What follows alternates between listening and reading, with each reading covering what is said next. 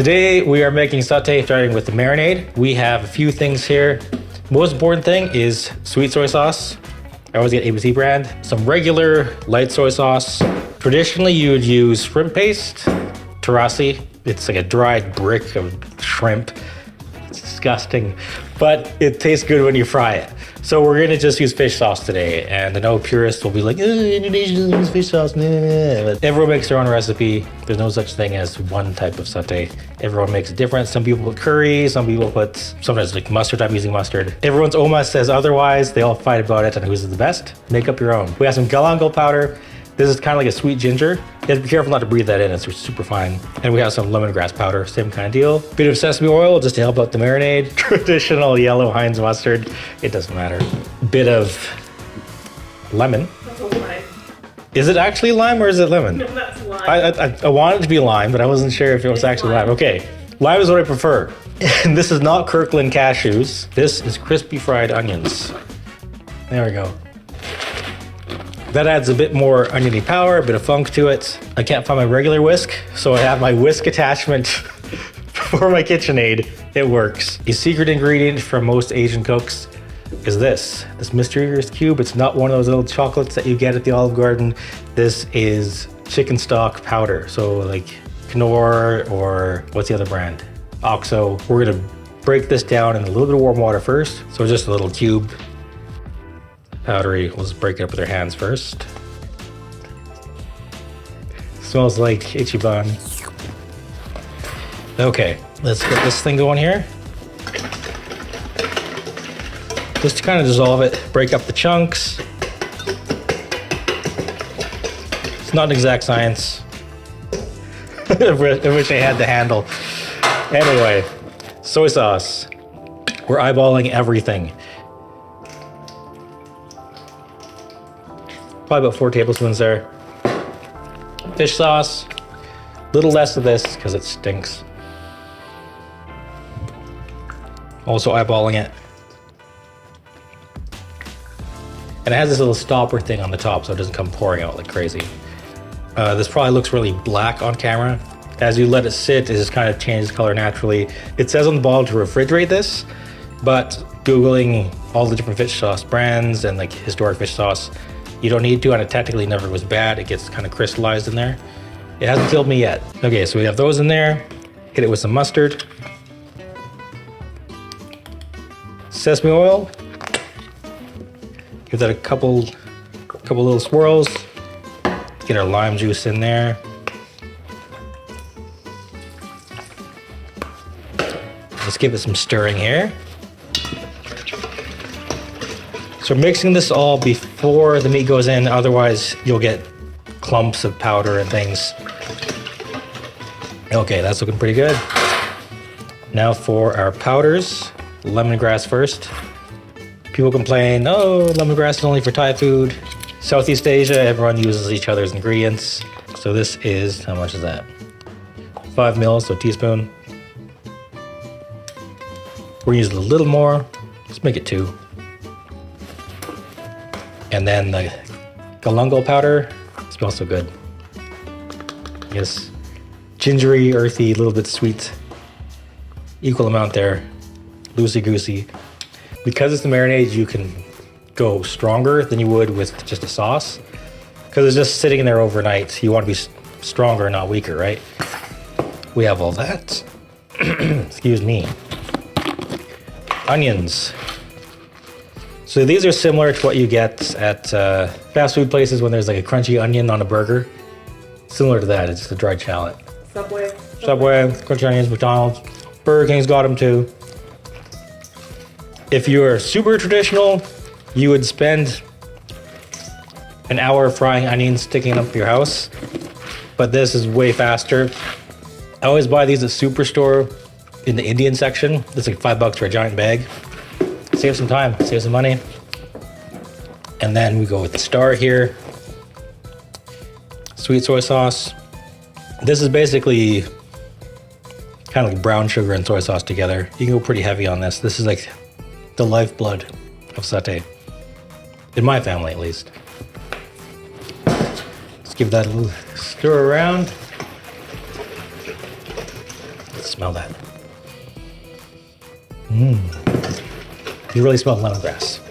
Normally I add a whole bunch of garlic, but I'm all out of garlic. We're without garlic today, but that's all right. We'll get that in the next recipe. That's a good amount there. And now let's take a look at the meat. Okay, so this is an entire pork shoulder. Let's see, can you see that okay on that camera? This took me a good like 20 minutes to break down. I trimmed off all of the heavy fat, all the skin, took the bone out. You could render down the fat and make some lard for cooking, but I didn't want to do that this time. Or you could make Dutch pea soup with the bone. But ain't nobody got time for that. You're gonna put the meat into the sauce and use your hands.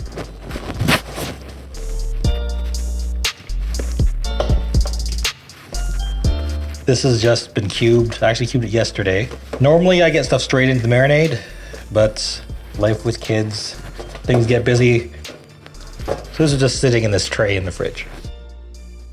You just go ahead and get right in there. Give it a good massage.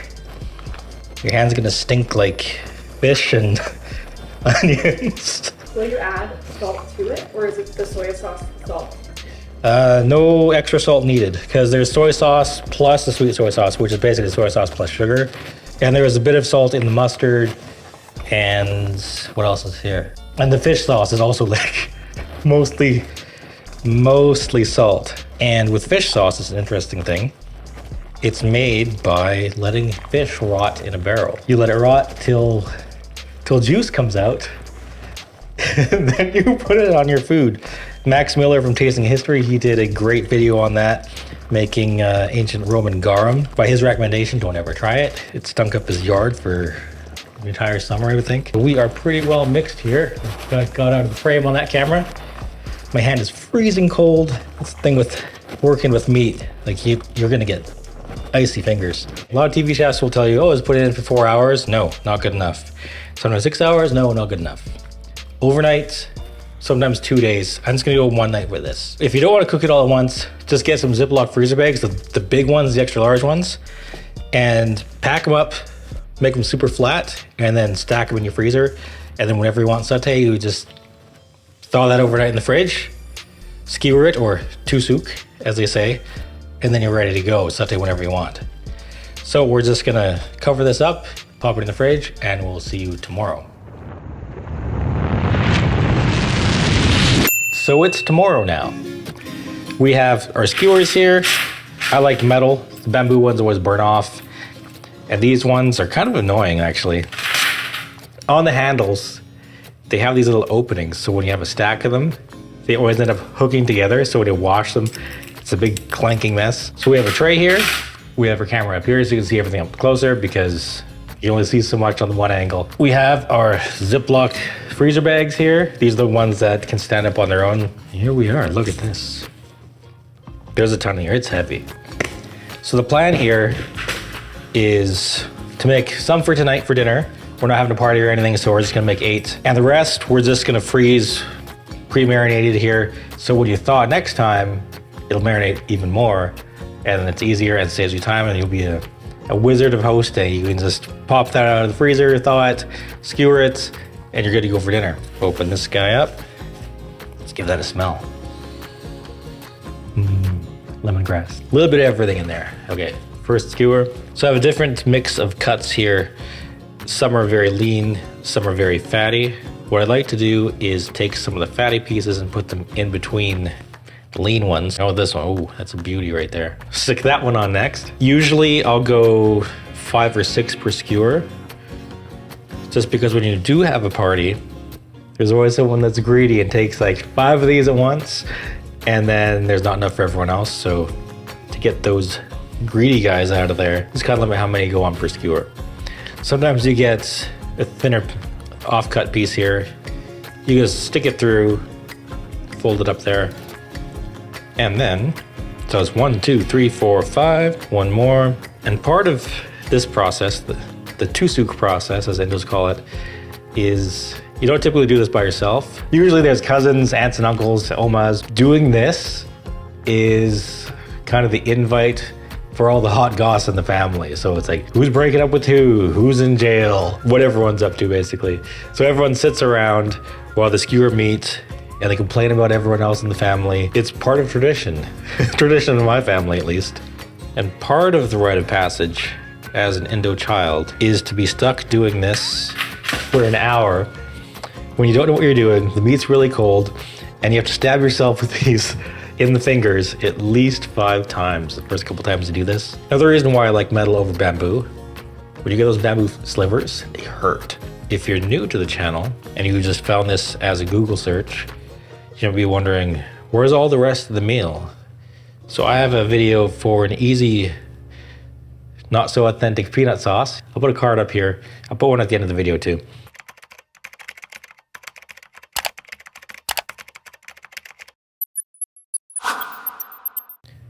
I'm thinking of doing a podcast while cooking. I think it'd be fun for jobs like this, so you can have like a Indo hot gossip podcast. So I'll just make the guests just tusuk meat and just like fold wontons, things like that. Do all like the labor intensive menial tasks. And then we could have a little feast after. What do you think? Let me know. All right, so that's all this. You can see all those there, and I'll slide this to the side, and you can see how much is left in this big honking bowl. And remember, meat hand, clean hand. Hopefully I can do this while it's all just together here. I'll just stretch that out from the inside here. All right. So basically just stuff it in the bag. Complete with gross, moist meat squishing sounds. So you don't want to overfill each bag because when you freeze this, freeze it flat. That way it thaws faster and it's easier to store. So that's plenty for that bag. So we could have 3 separate satay feasts here, just coming out of the freezer. All right, and that's it for that. Put this in the sink to rinse out. So there you have 1 bag right there. You got 1 bag right there. You want to kind of feel out the weight. Yeah, that's gonna be good. Okay, I'm gonna wash my hands because I got meat fingers.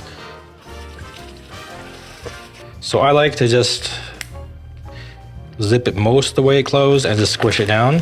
Get all the air out that you can. Lay this flat.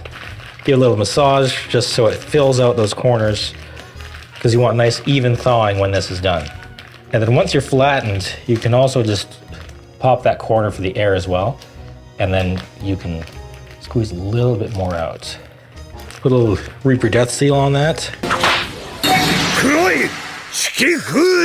Say goodbye to Orochimaru's hands and arms. My arms. And you are ready for the freezer. We are going outside, obviously, because we're grilling. All right, we're out here by my garage sale grill here. Got this thing for 40 bucks. 6 burners, it's nice. Well, not so nice anymore. This is preheated. I greased up the grill with a bit of ghee. Don't mind the rust. I'm using just the middle section here. Kids are busy. Okay. Leave that for 2-3 minutes. Okay, so we're sitting just below 400 degrees on this grill. But I see a couple flare-ups. That's fine. That's just the fat. That's all the flavor. Okay, this is really important. Especially with metal skewers, use tongs and don't burn your fingers off. Use the tongs and your house will burn down unless you do this. Let's have a peek. Another minute. We're just gonna roll it towards the back. Look at that nice color. A little bit of char. Makes it extra nice. These thicker ones will of course take a little more time, but you can always push those towards the back of the grill. It's always hotter back there. What I like about this grill is because it has 6 burners, I can turn off this section entirely. Have this one on low, that way I'm not wasting extra fuel. Okay, that's looking good. Close that lid up. We're getting a decent amount of smoke coming out. Oh yeah, look at that fire. That's the difference between doing this in the oven versus the grill. You need that taste of the fire. Let me get you some close-ups here. turn that down a bit. Oh, we're connected. Okay, let's make sure it doesn't fall off the skewer. How's our macro capability? Oh yeah, look at that. Nice. Let's take a look at the back. I always prefer the high heat. Gives a nice char. The flavor is much nicer. You just gotta really watch it because sometimes it burns. Especially my dad's making it. Oh, there's that connection I was talking about earlier. Drives me nuts. Some nice, beautiful satay. Ow! The stick got me. Turn off your gas at the main source first before this. That way you don't get gas buildup in your lines. Okay, let's head inside.